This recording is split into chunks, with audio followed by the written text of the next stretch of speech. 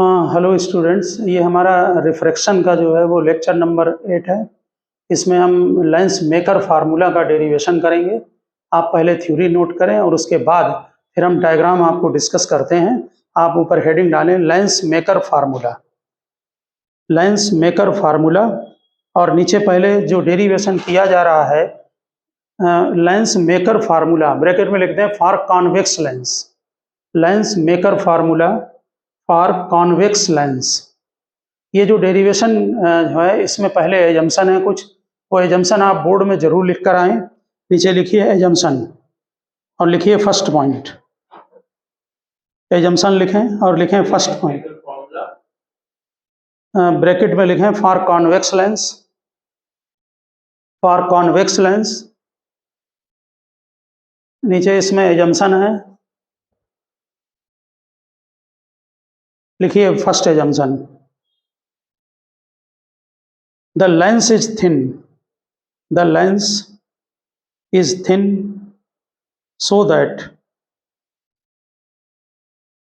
lens is thin so that distance measured from the pole, the lens is thin so that distance measured from the pole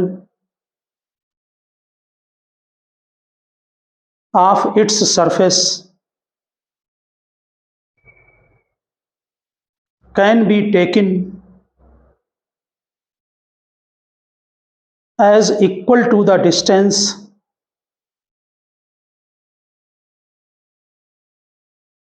from the optical center of the lens, equal to the distance from the optical center of the lens।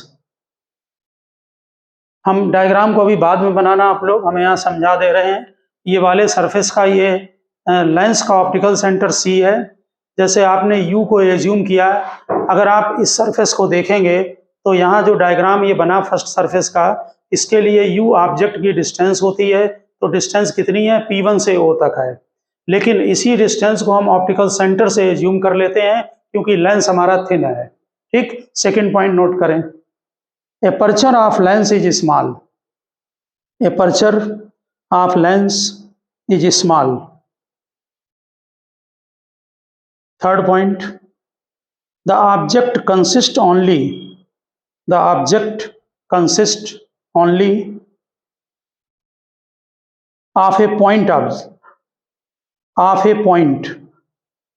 laying on the principal axis of the lens, laying on the principal axis of the lens, यानी हमारा object point object है। The object consists only of a point laying on the principal axis of the lens। Fourth point, the incident ray, the incident ray and refracted ray make small angles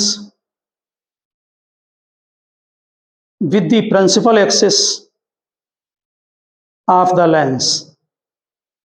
The incident ray and refracted ray make a small angle with the principal axis of the lens। अब हम इसकी theory लिखा रहे हैं और diagram के साथ साथ उसको डिस्क्राइब करेंगे। देखिए, consider a point object O, consider a point object O laying on the principal axis of the lens। Consider a point object O laying on the principal axis of the lens। A ray of light, a ray of light, bracket में लिख दो ओ ए, ओ ए, a ray of light starting from O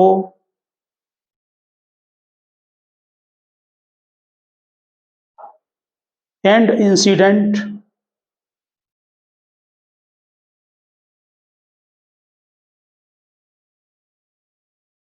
on the first surface of lens refracted along AB, refracted along AB, जरा diagram में check करें, ये हमारा lens है, इसका ये फर्स्ट सरफेस है, R1 इसका रेडियस ऑफ कर्वेचर है। आप अलग से भी इसको जो है वो लिख लेना कहीं पर कि R1 जो है वो radius of curvature of first surface, R2 क्या है, radius of curvature of second surface. ठीक, हमने लेंस के जो बाहर का मटेरियल है उसको म्यू एम लिखा है, म्यू एम को यहाँ डिफाइन किया है कि refractive index of the material of medium, यानी लेंस जिस मीडियम में डाला गया है उस मीडियम का रिफ्रैक्टिव इंडेक्स म्यू एम है, एम से मीडियम है, और म्यू एल हमने लेंस का रिफ्रैक्टिव इंडेक्स माना है, ये लिखा है mu L refractive index of material of lens. जैसे जनरली ग्लास का हम यूज करते हैं तो आपने फर्स्ट में लिखा है ओ पॉइंट ऑब्जेक्ट है और रे जा रही है ओ ए के अलोंग, ये इंसिडेंट रे हो गई, और ये फर्स्ट सरफेस से रिफ्रैक्शन के बाद इधर गई ए से बी के अलोंग गई है। ठीक, दूसरी रे जो है वो ये मानी जाती है, ये वाली, ये सीधी चली जाएगी, क्यों, क्योंकि ये नॉर्मल है, तो वहां पर ये भी लिख दें, एनदर रे स्टार्टिंग फ्रॉम ओ, एनदर रे स्टार्टिंग फ्रॉम ओ, ब्रैकेट में लिख देना OP1 और डायग्राम में चेक कर लो, OP1 है रे, लिखा, another ray starting from O and incident normally on the surface passes undeviated, on the surface passes undeviated। अब जरा पहले समझ लें, यहाँ पर जो ये फर्स्ट सरफेस है इसका रिफ्रैक्शन हमने यहाँ डायग्राम में अलग से भी दिखाया है। फर्स्ट सरफेस में यही रे है, ओ से ए तक ये आ रही है, ओ से ए, इधर मीडियम का रिफ्रैक्टिव इंडेक्स है और इधर लेंस का है। ठीक, यहाँ पर ये जो रे जा रही है ये ए बी के अलोंग जा रही है। अगर यहाँ पर एयर न होती, यानी कि लेंस का मटेरियल आगे कंटिन्यूअस होता जैसा कि यहाँ है, तो इससे जो इमेज बनेगी ए बी के अलोंग वो I1 पर बनेगी, जिसको कि यहाँ डायग्राम में दिखाया गया है कि अगर ये सरफेस नहीं होता तो ए बी को अगर हम आगे एक्सटेंड करें तो यहाँ पर इमेज I1 बन रही है। ठीक, ऑप्टिक्स का ये रूल है कि एक से जो इमेज बनती है वो दूसरे के लिए ऑब्जेक्ट का काम करती है। तो जो इमेज I1 बन रही है आपकी, यहाँ पर ध्यान देना कि यहाँ पर इसका जो कर्वेचर है वो राइट को है, इसका ये सेंटर ऑफ कर्वेचर होगा, इसकी ये डिस्टेंस R1 है, इससे जो इमेज बन रही है सरफेस से उसको हमने P1 से I तक की डिस्टेंस, I1 तक की, वो V1 ले ली है। यानी फर्स्ट सरफेस के लिए ऑब्जेक्ट डिस्टेंस U है, इमेज डिस्टेंस V1 है। ठीक, और दूसरी बात, ये इधर का मीडियम अगर रेयर लिया है, इधर का डेंसर जो कि जनरली होता है, तो जो रे जा रही थी वो ऐसे सीधी जाती, क्या हुआ, ये टूवर्ड्स नॉर्मल बेंड हो गई है। ठीक, अब रूल समझें कि फर्स्ट से जो इमेज I1 है ये दूसरे सरफेस के लिए वर्चुअल ऑब्जेक्ट का काम करेगी और यहाँ पर ये फर्दर फिर से रिफ्रैक्शन होगा। तो सेकंड वाले सरफेस को हमने यहाँ अलग से भी दिखाया है, ये देखिए रे आ रही है ए बी, ये पॉइंट ए, ये पॉइंट बी, ये रे आ रही है।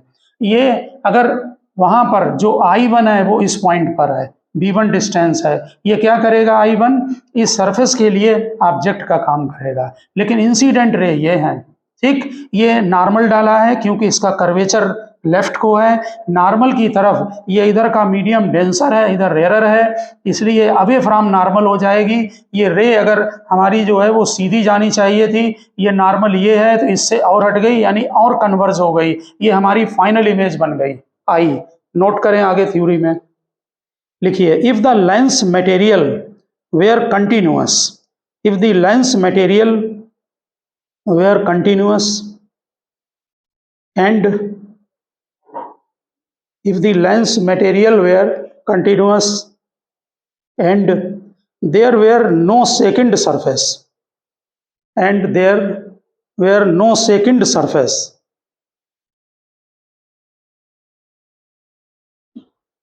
The refracted ray AB, अभी हमने बता दिया है, refracted ray AB would go straight, meeting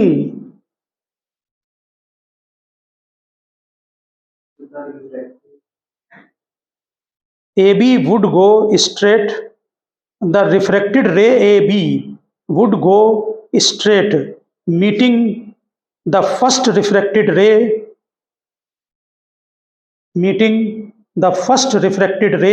at I1. ये देखिए यहाँ पर मिल रही है I1 पर, यहाँ I1 और उसमें भी देख लें, हमने लिखाया है if the lens material were continuous and there were no second surface, the refracted ray AB would go straight, meeting the first refracted ray at I1. First refracted ray principal axis के along है, ठीक है ना। First refracted रे जो है वो ये सीधी जा रही है, दो रे से इमेज बनती है, ये सीधी जा रही है, ये यहाँ पर ये फर्स्ट रिफ्रैक्टेड रे है, ठीक है ना, और ये सेकंड वाली ये है, इमेज यहाँ पर बनती है, समझ गए ना। अब आगे लिखें, नोट करें, it is the real image of object from first surface, it is the real image of object from first surface.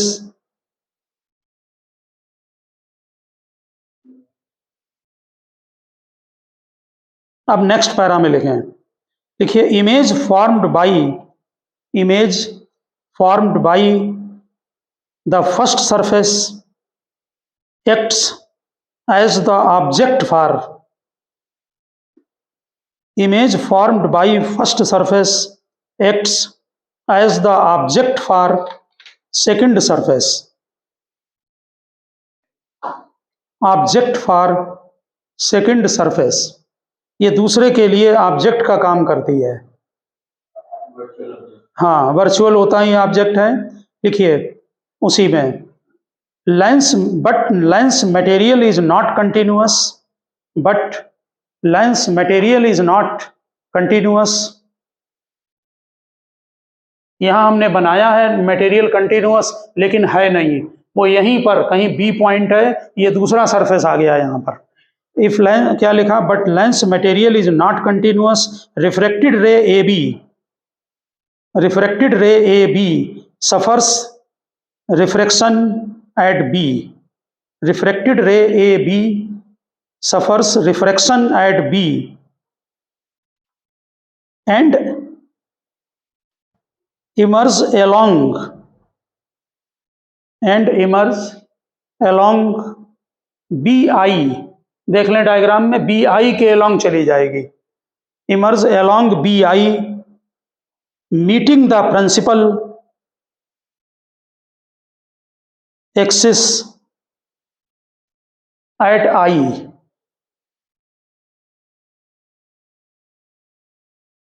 therefore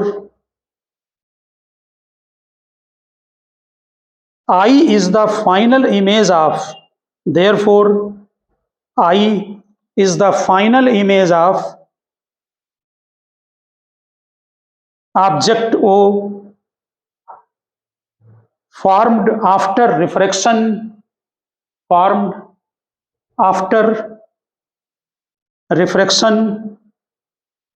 through the convex lens, refraction through the convex lens, ये लिख दिया है, mu L और mu M क्या है, ठीक,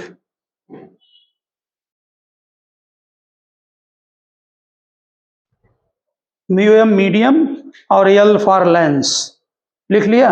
बस अब आप नेक्स्ट लाइन में लिखें, लिखिए from the formula of refraction,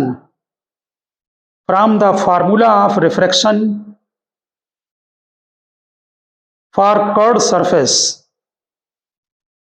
from the formula of refraction of curved surface, आपको कर्व्ड सरफेस का फार्मूला ध्यान है, जब रेयर से डेंसर में जाती थी उसे ब्रैकेट में लिख लेना, इसको यूज करेंगे, क्या होता formula, μ2 upon v minus μ1 upon u, इस फार्मूले का यूज करेंगे, उसे ब्रैकेट में लिख दें वहीं पर।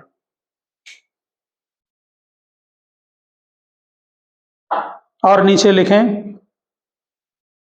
फॉर फर्स्ट सरफेस, रिफ्रैक्शन लिख दो, for first surface, refraction for first surface.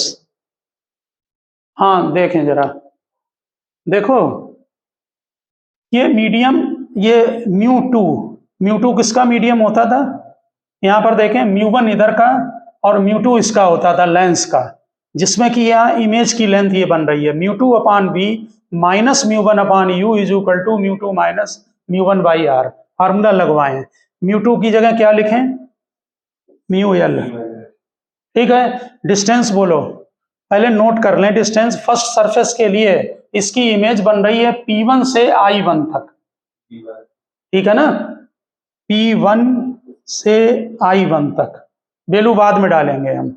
ये इमेज लेंथ है माइनस यहां पर μm ऑब्जेक्ट लेंथ P1 से O तक equals μl minus μm divided by R1, क्योंकि इसका रेडियस ऑफ कर्वेचर R1 है। अब यहां पर एक पॉइंट पर ध्यान दें जरा, होता क्या है कि जैसे ये हमारा फर्स्ट सरफेस है और ये ऑब्जेक्ट है, तो जब हम वैल्यू पुटअप करते हैं तो प्रैक्टिकली में जो u होता है वो P1 से O तक की डिस्टेंस होती है ना, और इमेज की क्या होगी, P1 से I1 तक। वही हमने डिस्टेंस यहाँ पर P1O और P1I1 डाली है। लेकिन लेंस में क्या होता है कि जो डिस्टेंस हम मेजर करते हैं वो ऑप्टिकल सेंटर से करते हैं, तो ऑप्टिकल सेंटर कहाँ पर है, C पर है। हमें तो डिस्टेंस यहाँ से U लेनी पड़ेगी, तो हम इसकी लेंस थिन है इसलिए हम इसकी इस डिस्टेंस को निगलेक्ट कर देते हैं। तो आप यहाँ पर नीचे लिखें lens is thin hence, lens is thin hence. अब ये वाला पॉइंट देखें जरा, जो P1I1 है, ध्यान दें, जो P1I1 ये जो डिस्टेंस है आपकी, ये यहां पर देखें डायग्राम में P1I1, ठीक है ना, ये डिस्टेंस किसके इक्वल होगी, यहां से नोट कर लें आप, ये वाली जो डिस्टेंस आपने लिखी है ना V1, ध्यान दें, इसको हम अभी इस V1 ही लिखेंगे, ठीक है ना। बाद में हम इस सरफेस के लिए हमें उसका यूज करना होगा। बात समझ में आ रही ना। तो इस सरफेस के लिए डिस्टेंस कहां से लोगे, बोलो, हम डिस्टेंस P2 से लेंगे, ध्यान दें बात पर। इस सरफेस के लिए कहां से लेंगे, P1 से। तो P1 से जो O तक की डिस्टेंस है ये P1O, इसकी जगह हम U लिख देंगे, यही डिस्टेंस CO के इक्वल होगी। समझ में आ गई बात। P1 से O तक डिस्टेंस C से O तक डिस्टेंस के इक्वल होगी, ठीक। ये यहां लिख रखा है P1O is equal to CO is equal to U होगा। ये बात समझ में आ गई है। अब दूसरी बात समझें, जो P1 से I1 है इसको हमने क्या लिया है, V1 लिया है ना, V1, ठीक। यहाँ डायग्राम में बना हुआ है V1, P1 से I1 तक, और यहाँ भी बना हुआ है P1 से I1 तक V1। तो यहाँ पर आप V1 नोट कर लें, लिखा है μl upon V1 minus μm upon U is equal to μl minus μm divided by R1। Note कर लिया। अब लिखा है refraction for second surface, refraction for second surface, ये डिस्टेंस बाद में लिखा देंगे हम। रिफ्रैक्शन फॉर सेकंड सरफेस, ये जो इक्वेशन अभी आपने बनाई थी इसे इक्वेशन नंबर 1 डाल दें। इसको हम डायग्राम अभी नहीं हटाना चाह रहे हैं, ये इक्वेशन नंबर 1। उसके बाद लिखें रिफ्रैक्शन फॉर सेकंड सरफेस। तो सेकंड सरफेस के लिए जरा चेक करें, फिर फार्मूला लगाएं सेकंड सरफेस के लिए। देखिए, हाँ अब डेंसर से रेयर में है, ठीक।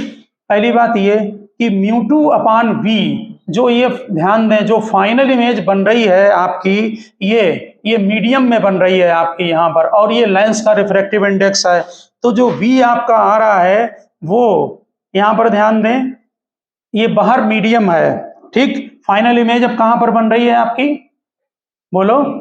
P2I। हाँ, और फाइनल इमेज किस में बन रही है, मीडियम में बाहर बन रही है। तो जो V है आपका, वो डिस्टेंस जो V आप लेंगे, अगर आप सेकंड सरफेस से देखेंगे तो ऑब्जेक्ट की डिस्टेंस कहां तक होगी, P2, बोलो, I1, ये B1 के इक्वल है, ठीक है ना। और यहां पर ध्यान देना, यहां पर किसके इक्वल थी B1, नहीं, P2I1 B1 है, ये लिखा हुआ है, ठीक। फाइनल इमेज कहां से है, P2I है, तो इसकी वैल्यू डालें फाइनल इमेज की, तो पहले क्या लिखेंगे हम, P2I। समझ में आ गई बात।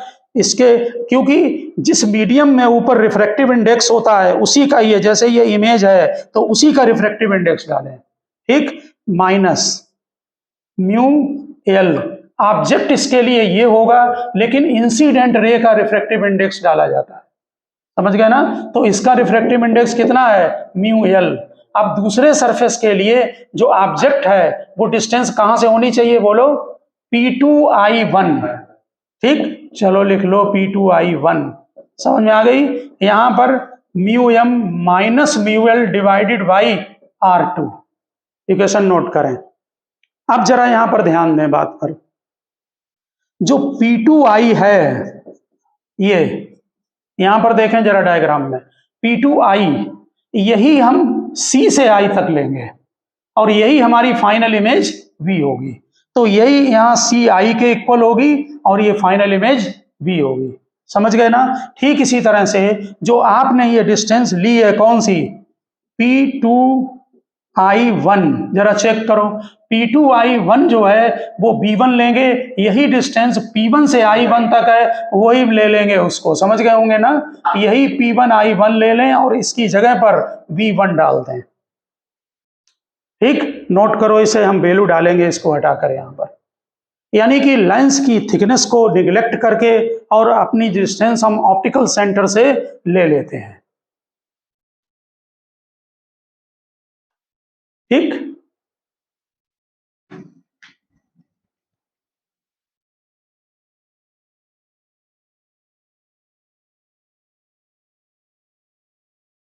हाँ, अब जरा इक्वेशन लिखवा दो, क्या बनेगी, mu M divided by P2I कितना है, बोलो, V, minus mu l divided by P2I1 कितना है, P1, equals mu m minus mu l divided by R2, equation number 2,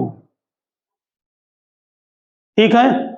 लिखते समय अब इक्वेशन नंबर 1 को इक्वेशन नंबर 2 में प्लस कर दें, दोनों को ऐड कर दें और जरा देखें क्या कट रहा है।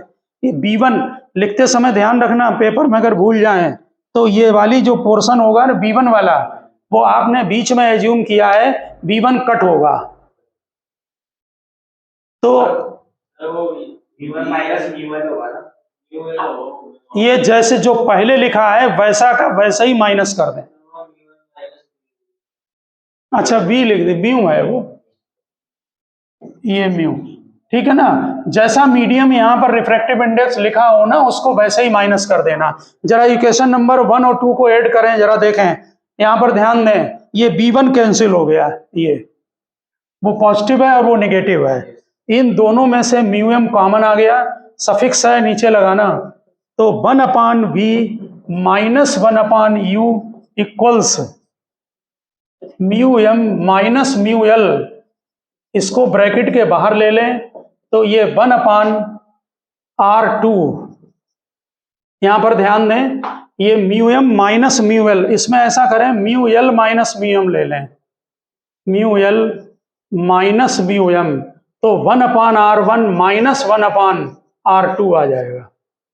चेक करें, R2 को नेगेटिव बना लें, यानी कि mu l minus mu n को कॉमन ले लें तो ये नेगेटिव हो जाएगा और वो पॉजिटिव हो गया। समझ गए इक्वेशन नंबर 1 और 2 से। ये 1/V minus 1/U equals mu m से डिवाइड कर दे रहा है, mu l divided by mu m minus 1 in bracket 1/r1 minus 1/r2। इसको डिवाइड कर दे दोनों तरफ पूरी इक्वेशन में, तो ये कैंसिल हो जाएगा, यहाँ डिवाइड होके अपान में चला गया, यहाँ बना आ गया।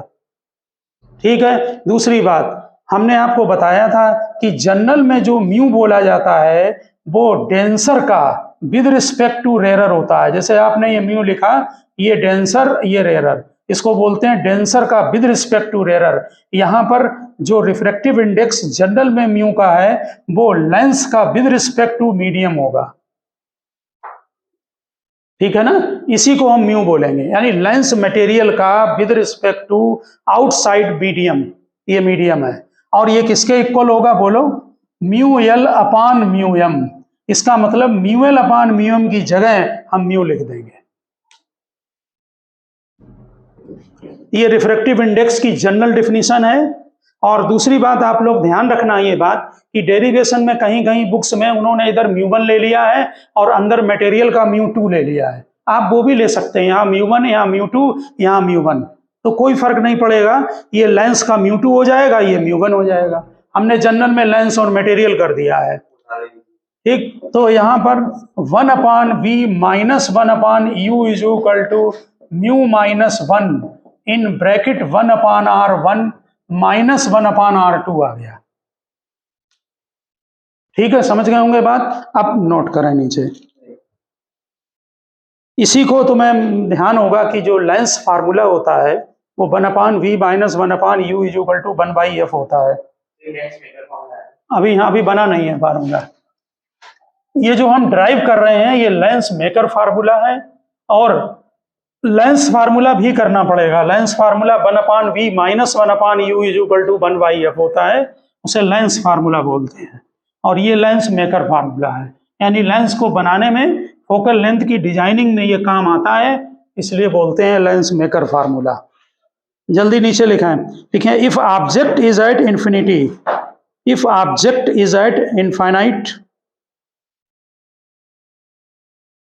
object is at infinity, image will be formed at focus. If object is at infinity, image will be formed at focus. अगर ऑब्जेक्ट इन्फिनिटी पर होगा तो इमेज फोकस पर बनेगी। इसका मतलब u जो है वो माइनस इन्फिनिटी होगा तो vf पर बनेगा। जरा यहाँ डाल दो u की जगह माइनस इन्फिनिटी, तो ये कैंसिल हो जाएगा और इसकी जगह 1/f आ जाएगा। तो ये बन गया 1/f is equal to mu minus 1 in bracket 1/r1 minus 1/r2। ये हमारा लेंस मेकर फार्मूला है। नीचे आप नोट कर दें, this is called lens maker formula, this is called lens maker formula.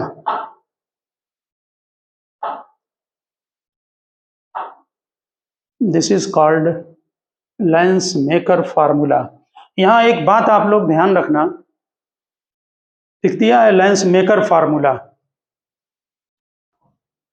अगर कभी किसी कॉम्पिटिटिव एग्जाम में या कहीं भी देखिए, यहाँ का मटेरियल म्यू1 है और इसका मटेरियल म्यू2 है, ठीक, और यहाँ पर मटेरियल म्यू3 है, अलग है। तो मालूम क्या करेंगे, इस वाले सरफेस से अलग सॉल्व करो म्यू1 और म्यू2 डालकर, और इस सरफेस से दूसरी इक्वेशन, अब कैंसिल नहीं होगा म्यू2। बात समझ गए ना, क्योंकि उसमें फिर क्या आएगा, पहले में म्यू1 और म्यू2 आएंगे, दूसरे में म्यू2 और म्यू3 आएंगे, तो फिर दो इक्वेशन बनाई जाती है और फिर दोनों को साइमल्टेनियसली न्यूमेरिकल में सॉल्व किया जाएगा। समझ गए ना। हमारे जो सिस्टम है जो बोर्ड में, उसमें इन्होंने दोनों तरफ का मटेरियल सेम कर रखा है, तो इसलिए प्रॉब्लम नहीं आती है। ठीक, आप इसके आगे हेडिंग डालें, dependence of focal length, dependence of focal length of A, dependence of focal length of a lens upon the refractive index, upon the refractive index. देखें, अगर ये जो लेंस है, जैसे ये लेंस मान लीजिए ग्लास का है, और बाहर लिक्विड है। ठीक, पहले हम एयर लेते हैं, मान लीजिए बाहर एयर है, यहाँ ग्लास है, तो क्या लिखेंगे, ये एयर में फोकल लेंथ होगी और इसको लिखेंगे ए म्यू जी माइनस 1, क्योंकि एयर से ग्लास में रिफ्रैक्शन हो रहा है। ठीक, इसमें एक बात याद रखना, जरा आप लोग मुझे जरा एक बात बता दें, मान लो ये कॉन्वेक्स में R1 और R2 इक्वल हैं, जरा कॉन्वेक्स के लिए बता देना, ये R है ये भी R है, ठीक है, तो क्या वैल्यू डालेंगे वहां ब्रैकेट में, कॉन्वेक्स सरफेस के लिए ये R है ये भी R है, ये जीरो नहीं होगा, ध्यान रखना, नहीं तो वहां एक न्यूमेरिकल में जीरो कर दो, क्योंकि इसका R पॉजिटिव होगा, इसका वाले का R नेगेटिव होगा। इसमें जो ऑप्टिक्स के न्यूमेरिकल होते हैं उनमें साइन का बहुत ध्यान रखना पड़ता है कि कोऑर्डिनेट सिस्टम का आप यूज करें, नहीं तो आप जो है वो जीरो करके फोकल लेंथ इनफाइनाइट कर देंगे, समझ गए ना। तो यहाँ पर ध्यान रखना, इस बार क्या किया, ये ग्लास वाला था, इसको लिक्विड में डाल दिया बाहर। ठीक, इसका रिफ्रैक्टिव इंडेक्स म्यू एल ले रहा है, म्यू एल, और इसका म्यू जी, तब जो फोकल लेंथ है वो एफ एल लिख ली। तब क्या यहाँ लगेगा, यहाँ पर ए म्यू की जगह क्या लिखेंगे, एल म्यू जी। चेक करें जरा इस बात को, 1/R1 माइनस 1/R2, पहले एयर से ग्लास में हो रहा था रिफ्रैक्शन, अब लिक्विड से ग्लास में, तो एल म्यू जी। अब जरा इन दोनों इक्वेशन को डिवाइड कर दें, बोर्ड में इसके न्यूमेरिकल बहुत कॉमन है, इक्वेशन नंबर 1, इक्वेशन नंबर 2, इनको डिवाइड कर दें, 1 में 2 को डिवाइड करें तो ऊपर एफ एल आ जाएगा और नीचे एफ ए। ठीक है, तो 1 में डिवाइड किया है, ये ए म्यू जी माइनस 1 अपान एल म्यू जी माइनस 1, ये बना फार्मूला। अब एल म्यू जी का फार्मूला क्या होगा, ए mu G upon A mu L होगा। चेक करें, एल म्यू जी का formula A mu G upon A mu L होगा ना, ये डिवाइड हो जाता है नीचे आकर। तो जब भी जैसे वाटर में डाल दिया तो डब्ल्यू म्यू जी है, जैसे आपने वाटर में डाला तो क्या लिखेंगे, W mu G is equal to A mu G upon A mu W. Water से ग्लास में कुछ भी हो सकता है, बाहर का मटेरियल, ठीक है ना, कोई भी मटेरियल हो सकता है। अब यहाँ पर हाँ, 1/2 नहीं, 1 से 2 को डिवाइड किया तभी एफ ए नीचे आएगा। ठीक है, 2 वाला एफ एल था वो न्यूमरेटर में चला गया ऊपर, और न्यूमरेटर में ये लिखा है ए म्यू जी, इसलिए 1/2 है। इक्वेशन नंबर 1 को 2 से डिवाइड कर दे। अब जरा यहाँ चेक करें, मान लीजिए आपने ये लेंस है ग्लास का, और जिस लिक्विड में डाला है उसका जो कि जनरल होता है उसका रिफ्रैक्टिव इंडेक्स चेक करें, ए म्यू एल लेस देन है ए म्यू जी। देखें, ऐसे लिक्विड में डाला, ऐसे ग्लास के मटेरियल को ऐसे लिक्विड में डाला जिसका रिफ्रैक्टिव इंडेक्स ग्लास के मटेरियल से कम है। जैसे ग्लास को किस में डाल दो, वाटर, एयर में, ग्लास को वाटर में डाल दो, वाटर का रिफ्रैक्टिव इंडेक्स कम होता है ग्लास से। समझ में आ गई बात। तो जरा इस फार्मूले को चेक करें, इसमें जब ए म्यू एल, जरा ध्यान से देखें तो समझ में आएगी बात, जो ए म्यू एल है वो ए म्यू जी से कम है। इसका मीनिंग, जैसे मान लो ए म्यू जी जनरली ग्लास का है, मान लो 3/2 है, और आपने इसको लिक्विड में डाल दिया 4/3 में, लिक्विड का होता है, ठीक है ना। देखो यहाँ जैसे एग्जाम्पल समझ लें, ए म्यू जी 3/2 है और ए म्यू एल मान लीजिए 4/3 है, ये जनरली होता है वाटर का, ठीक है। तो जरा बताना क्या बनेगा आपका एल म्यू जी, बोलो। ए म्यू जी में ए म्यू एल को डिवाइड कर दें तो 3/2, 3/4 कितना बना, 9/8 बना। जरा ध्यान से देखें, पहले जब एयर में पड़ा था ये, तब ए म्यू जी था ये, तो ए म्यू जी 3/2 है ना, कितना हुआ 1.5। ठीक, थ्योरी समझ लें फिर नोट करें, 3/2 ये 1.5 हुआ। अब 9 से 8 में डिवाइड करोगे तो ये लेस देन 1.5 आएगा, क्योंकि 8 में 1 आएगा तो 1.1 समथिंग आएगा। ठीक, इसका मतलब हमने जब इसमें डाला तो जो रिफ्रैक्टिव इंडेक्स था वो ए म्यू एल, वो जब कम होगा तो अब यहां पर चेक करो, जो एल म्यू जी होगा वो ए म्यू जी से कम होगा। यहां डाटा हमने निकाल के दिखा दिया, कम होगा। तो इसका मीनिंग है, ये तो हमने एग्जाम्पल लिया है, आप एग्जाम्पल नोट करें या ना करें उससे मैटर नहीं है, जरा यहां पर समझने की कोशिश करें थ्योरी को, आप बाद में नोट कर लेना, जरा समझ लें। देखिए, जो एल म्यू जी है वो लेस देन होगा ए म्यू जी से, ये वाला आया ना। तो यहां पर जरा चेक करें, जब एयर में आपने ये रिफ्रैक्टिव इंडेक्स के इनवर्सली प्रोपोर्शनल है ठीक। तो पहली बात तो ये कि फोकल लेंथ जो है म्यू कैसा हो गया, म्यू आप जब लिक्विड में डाला, ऐसे लिक्विड में डाला आपने जिसका रिफ्रैक्टिव इंडेक्स लेंस के मटेरियल से कम है, ठीक है ना। लेकिन यहां डिवाइड करने के बाद जो ये वैल्यू आई है ये 1 से बड़ी होगी ना, 1 से बड़ी। तो यहां पर चेक करो जरा, जब ये 1 से बड़ी है तो ये चीज पॉजिटिव होगी। कॉन्वेक्स लेंस का फोकल लेंथ पॉजिटिव होता है, जब एयर में है तो पॉजिटिव है, इसका मतलब जब लिक्विड में डाला तो तब भी पॉजिटिव है। क्यों? क्योंकि ये वाला, ये तो पोर्शन हो गई पॉजिटिव, ये तो ग्रेटर देन 1 होता ही है, और ये भी ग्रेटर देन 1 है, हमने वैल्यू डाल के दिखा दिया, ये ग्रेटर देन 1 आ रहा है। और जब ये ग्रेटर देन 1 आ रहा है तो इसका मतलब ये भी पॉजिटिव होगा। तो अगर एफ ए पॉजिटिव है तो एफ एल भी पॉजिटिव होगा।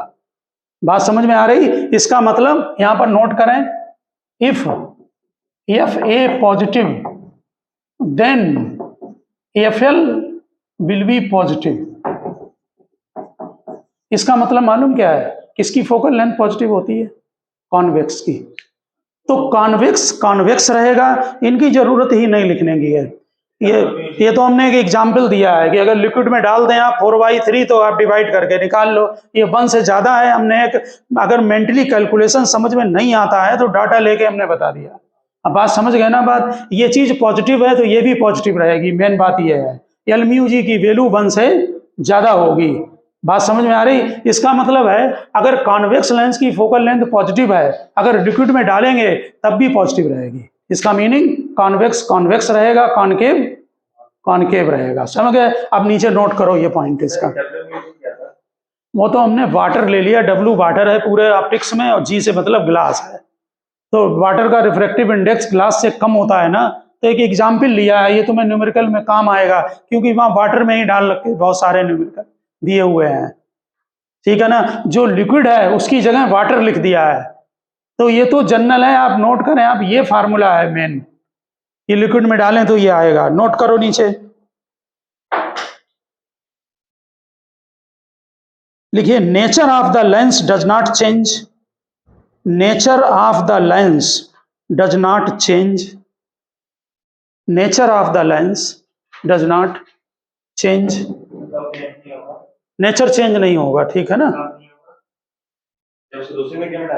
ये थ्योरी चल रही है, आपने इसको यहाँ फर्स्ट पॉइंट डालें, ठीक। और ये दिया हुआ है जब ए म्यू एल लेस देन ए म्यू जी है, उस समय हमने फिर रिपीट करो, L mu G less than ए म्यू जी आएगा, ये एफ ए पॉजिटिव है, एफ एल भी पॉजिटिव होगा, इसका मतलब नेचर चेंज नहीं होगा। उसी के नीचे नोट करें, nature of the lens does not change, convex lens behaves as convex, convex lens behaves as convex and vice versa,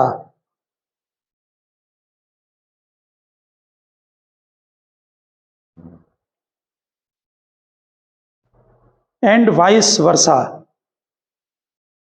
देखिए, ये कॉन्वेक्स लेंस है, ये बाहर लिक्विड है, और ये तुम्हारा ग्लास है, ठीक, और ये बाहर भी लिक्विड है। ऐसे में जो कॉन्वेक्स लेंस है, यहां पर लिख दे रहे हैं लिक्विड, ये लिक्विड है, ऐसे में जो रे आती हैं ये प्रिंसिपल एक्सिस के पैरेलल ये कन्वर्ज हो जाएंगे। समझ में आ गई बात? जो कि जनरल है, क्योंकि कॉन्वेक्स का करने का मतलब फोकल लेंथ पॉजिटिव है, कॉन्वेक्स की तरह काम करेगा, और कॉनकेव की तरह। इसका मतलब कॉन्वेक्स का फोकल लेंथ पॉजिटिव, यानी वो कन्वर्जिंग की तरह काम करेगा, और अगर कॉनकेव ले लेंगे तो किसकी तरह काम करेगा? डाइवर्जिंग हो जाएगी।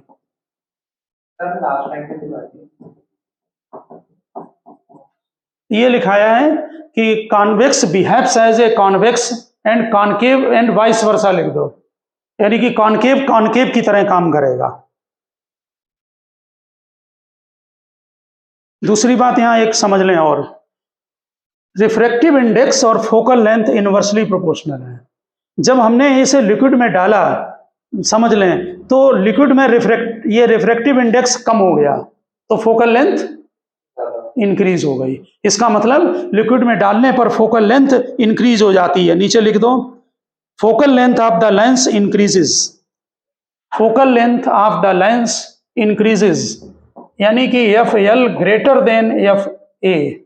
एयर में डालने की बजाय इसमें फोकल लेंथ ज्यादा होगी, लेंस इंक्रीजेस।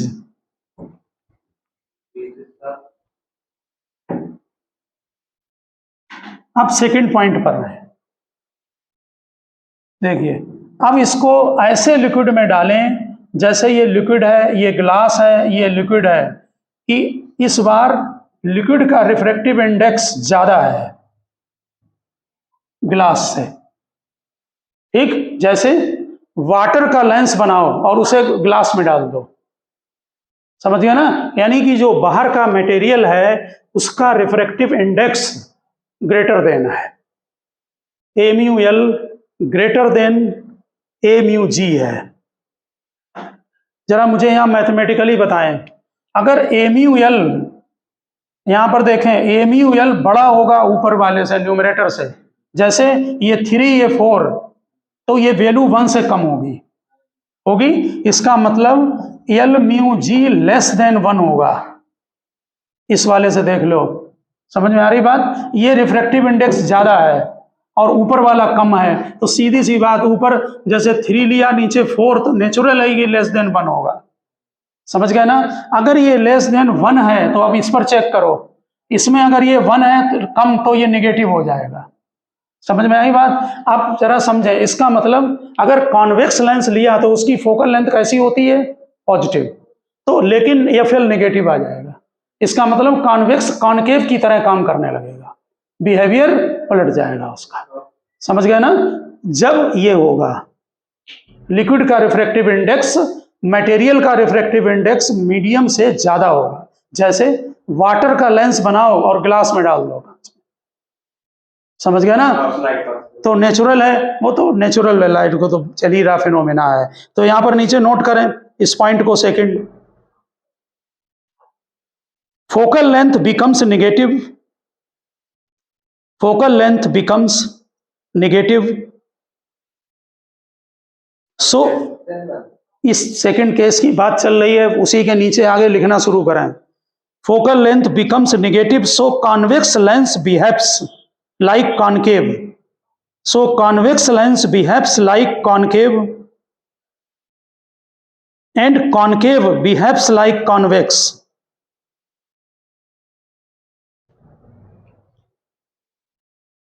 अब पहले डायग्राम बनाएंगे। देखिए, ये लेंस है, ये बाहर का लिक्विड है, ये ग्लास है, ये लिक्विड है, और बहुत अच्छी तरह से यहां पर ए म्यू एल ग्रेटर देन ए म्यू जी है।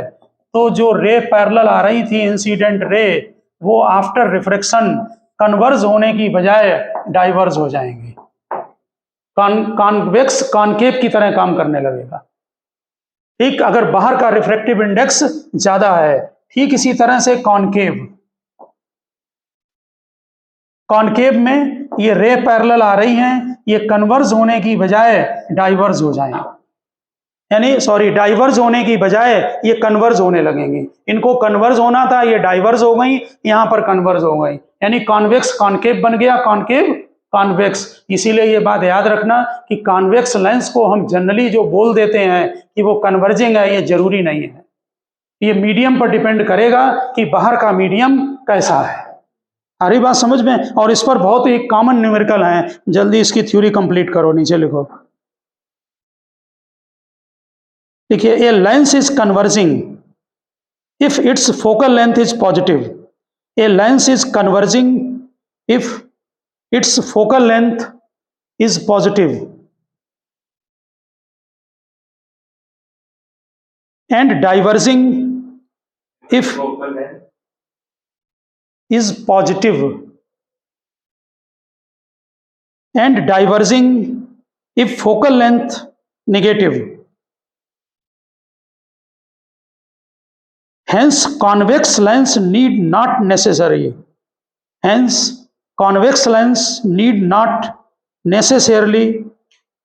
be a converging.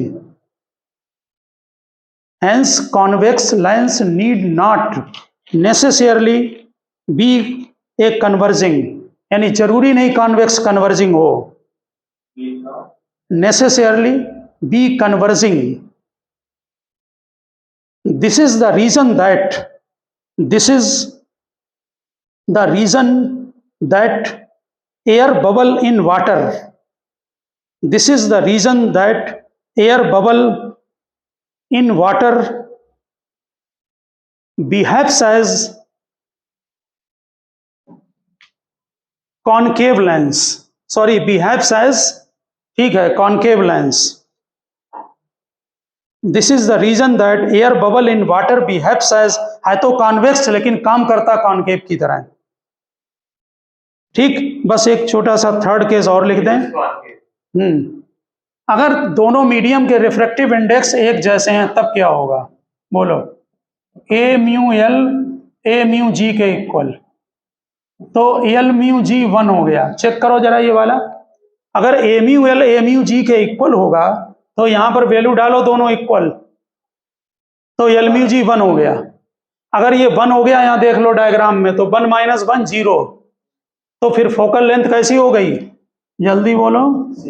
इनफाइनाइट, क्योंकि 1/0 इनफाइनाइट, और फोकल लेंथ इनफाइनाइट का मतलब होता है कि प्लेन शीट. इसका मतलब अगर कॉन्वेक्स लेंस होगा तो रे सीधी चली जाएंगी, कोई काम नहीं होगा. ये लिक्विड, ये ग्लास, ये लिक्विड, इसमें रिफ्रैक्टिव इंडेक्स इक्वल है, ये इसका केस है. इसी तरह से कॉनकेव में ये लिक्विड, ये ग्लास, ये लिक्विड, रे सीधी चली जाएंगी. समझ गए ना. तो कैसे बिहेव कर रही, behaves as a plain sheet. Lens will behave just like a plain transparent sheet. तो ओके स्टूडेंट, हमने आपको आज लेंस मेकर फार्मूला कराया है, और साथ में अगर लेंस को किसी मीडियम में डिप करते हैं तो उसका बिहेवियर भी डिस्कस किया है. यानी कि लेंस को हम अगर ऐसे मीडियम में डिप करते हैं जिसका रिफ्रैक्टिव इंडेक्स लेंस के मटेरियल से कम है, तो कॉन्वेक्स रहेगा, कॉनकेव रहेगा. ठीक, यानी कि कॉन्वेक्स डाइवर्जिंग का काम करेगा, कॉन्वेक्स कन्वर्जिंग का काम करेगा, और कॉनकेव डाइवर्जिंग का काम करेगा. ठीक है ना. और अगर ऐसे मीडियम में डिप कर दिया जिसका रिफ्रैक्टिव इंडेक्स ज्यादा है तो पलट जाएगा. ठीक है ना. कॉन्वेक्स कॉनकेव बन जाएगा और कॉनकेव कॉन्वेक्स बन जाएगा. समझ गए ना बात ये. यानी कि बाहर के मीडियम का रिफ्रैक्टिव इंडेक्स अगर कम है, जनरली तो ऐसा ही होता है, ग्लास को किसमें डालते हो, एयर में है जनरली, तो फिर कॉन्वेक्स होता है, यानी कन्वर्जिंग की तरह काम करता है. लेकिन अगर वहीं आप ऐसे मटेरियल में डाल दें जिसका रिफ्रैक्टिव इंडेक्स ज्यादा हो तो पलट जाएगा बिहेवियर. इसके बहुत कॉमन न्यूमेरिकल है. तो ओके स्टूडेंट, मिलते हैं नेक्स्ट लेक्चर में.